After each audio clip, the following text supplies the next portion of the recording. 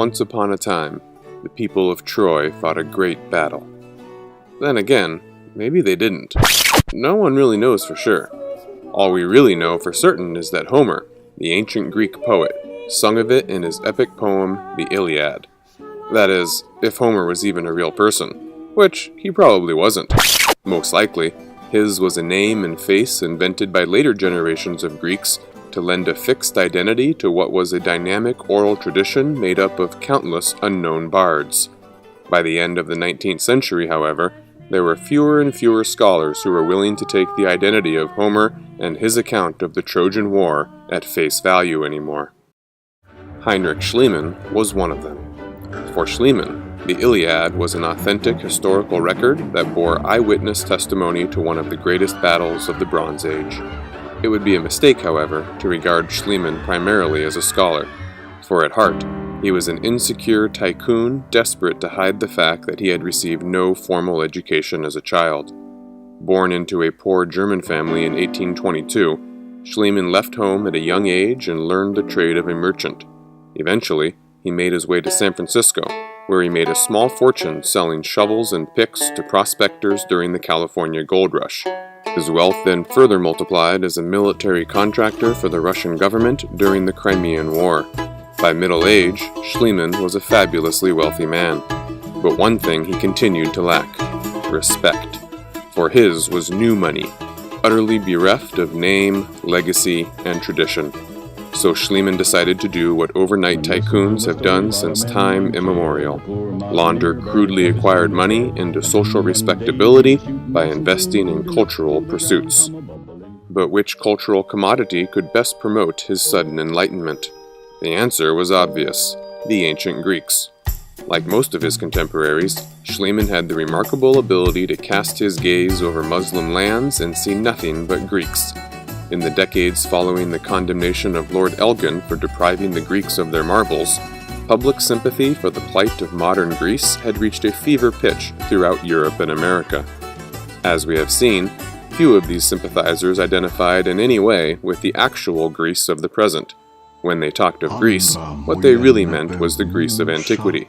The ugly warts and mongrel demographics of modern Greece were explained away by reference to the Turks, whose oriental despotism had resulted in the dilution and stagnation of the once noble Greek spirit. Now it fell to the West, the reincarnation of that spirit in modern guise, to revive and rescue the Greeks from the Ottoman menace.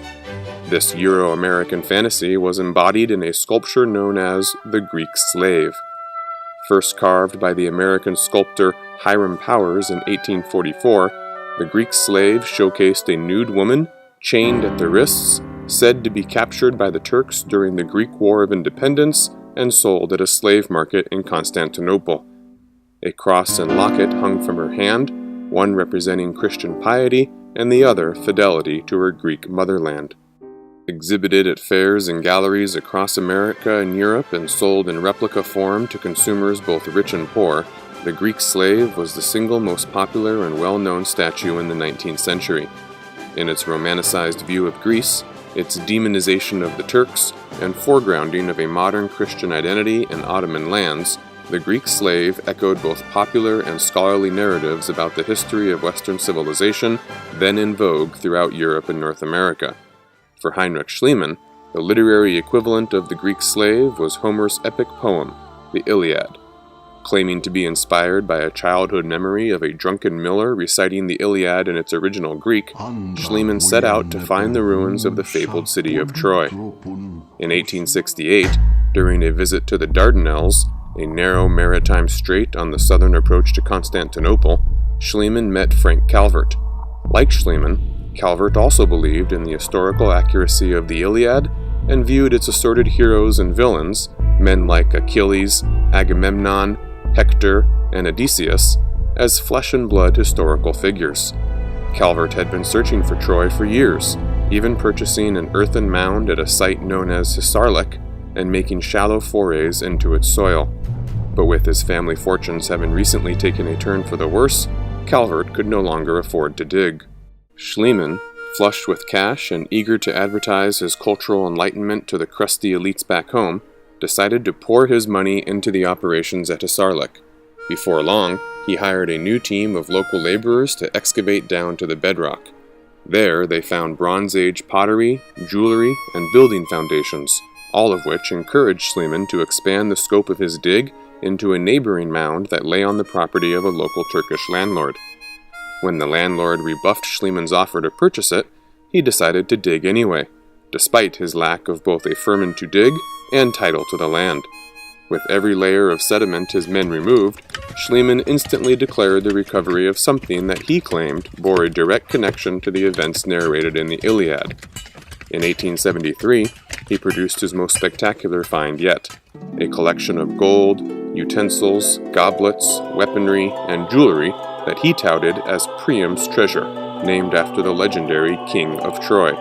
With the gifts of a salesman, Schliemann announced this find in dramatic fashion by publishing a picture of his wife adorned in the jewels of Helen. Needless to say, none of this was in line with the accepted archaeological practices of the day. Far more serious, however, was the response of the Ottoman government, which learned of the existence of Priam's treasure for the first time upon publication in a foreign newspaper of the infamous photograph of a bejeweled Mrs. Schliemann. Naturally, Constantinople had some pointed questions for Schliemann. For instance, how had Priam's treasure managed to pass through Ottoman's customs? Where was Schliemann's firman? And did he have title to the land he was digging up? The answers to these questions were very distressing indeed.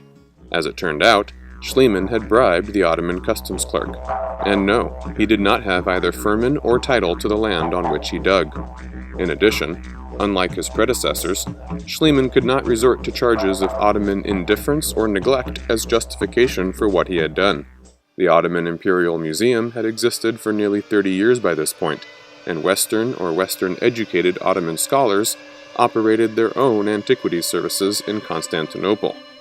Not only that, but these institutions also privileged the collection and display of precisely the same sort of Greek and Roman antiquities cherished by the West, having sorely neglected the material culture of their own, mostly Muslim subjects.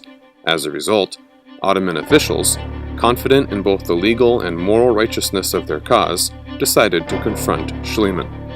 What ensued was a modern-day Trojan War. The Ottomans cracked down on the operations at Hissarlik and tossed the corrupt customs official into jail. Next, a local Turkish pasha was induced to purchase all the land upon which Schliemann was digging, which he later donated to the state. Schliemann's belated application for a firman was rejected. In response, Schliemann decided to donate Priam's treasure to the Greek nation. If Schliemann thought the Greeks would be flattered by this romantic gesture, he was in for a rude awakening.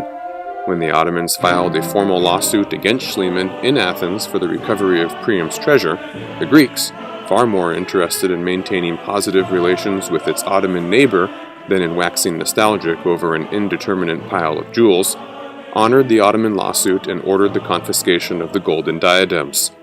Chastened but not defeated, Schliemann again skipped town with the treasure just as the Greek state moved to freeze all his assets in the country.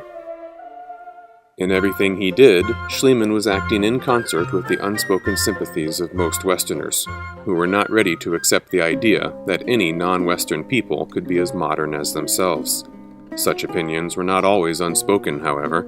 In the midst of the crisis, one American consul stationed in the Dardanelles region gave Schliemann startlingly candid advice. "It would be worse than throwing away the articles which you have discovered," he wrote, "than to permit any part of them to go into the absurd collection of rubbish which the Turks call their, quote, museum." Rather than hand his finds over to, quote, ignorant barbarians, Schliemann was advised to take drastic measures. "If I wrote you as Minister of the U.S., the consul explained, I should be obliged to use very different language and to advise you to conform yourself to Turkish law. But in my sympathy with you as a man of science, I cannot be guilty of the hypocrisy of giving you such advice, knowing that it would be better for the world of letters that you should rebury the objects than to turn them over to the Turks." In the end, Schliemann made the decision to donate Priam's treasure to the Royal Museum of Berlin. Ottoman officials, faced with the prospect of endless and likely fruitless legal entanglements, eventually agreed to a one-time cash settlement from Schliemann of £2,000 in exchange for dropping any and all claims on Priam's treasure. Not only that, Constantinople also allowed Schliemann to resume excavations at Troy, so long as he promised to undertake all expenses himself and agree to share any future finds with the Ottoman Imperial Museum.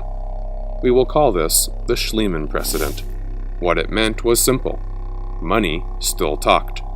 Even after the Ottomans had aped Western institutions, discourse, and personnel to perfection, the global imbalance of wealth and power still dictated the terms of all geopolitical interactions between states. In both a legal and moral sense, Schliemann was firmly in the wrong, and the Ottomans were in the right. But none of that mattered. All that mattered was that Schliemann had the money and means necessary to do as he wished. For their part, the Ottomans took away a valuable lesson from this latter-day Trojan War. Museums, antiquity services, and laws on paper were all fine and good, but they meant little when push came to shove. In the end, Europeans and Americans, despite all of their righteous words about science, preservation, and education, had no intention of leveling the playing field on their own. In the face of a resourceful and determined Western foe, the Ottomans, enlightened or not, would lose every time. The excavations at Troy had demonstrated that all too clearly.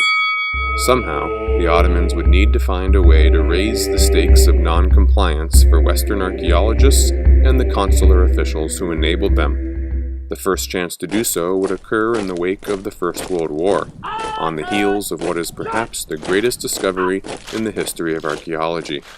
Please join us next time as we explore the tomb of Tutankhamun in Episode 9 of Indiana Jones in History.